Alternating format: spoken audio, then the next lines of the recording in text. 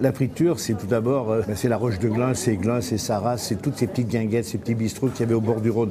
À l'époque, on mangeait la friture du Rhône. Aujourd'hui, malheureusement, il n'y en a plus beaucoup. On en trouve un tout petit peu, mais c'est confidentiel dans les Launes. Mais elle vient quoi de Méditerranée, c'est les geôles. Elles viennent au printemps ou en été, elle vient des lacs voisins, et c'est quelque chose de très très apprécié, c'est très populaire.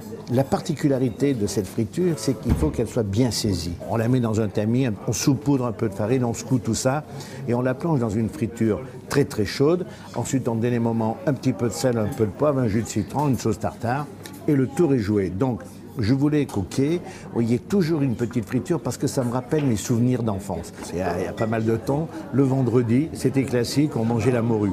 Alors les beignets de morue, poêlés comme ça un petit peu, avec des oignons et du vinaigre. Mais moi j'avais un fait pour la brandade. C'est pour ça qu'au quai, j'ai fait une brandade de morue.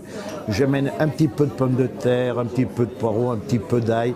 Et aujourd'hui, bien sûr, ce qui est génial ici, parce qu'on est quand même au port de la Provence, on est au bord du Rhône, on améliore tout ça avec une bonne huile d'olive fruité, et là on a la quintessence de ce bon poisson mais vraiment qui a du caractère, qui a du goût. On ne pouvait pas passer à côté, ok, de faire cette brandade de morue.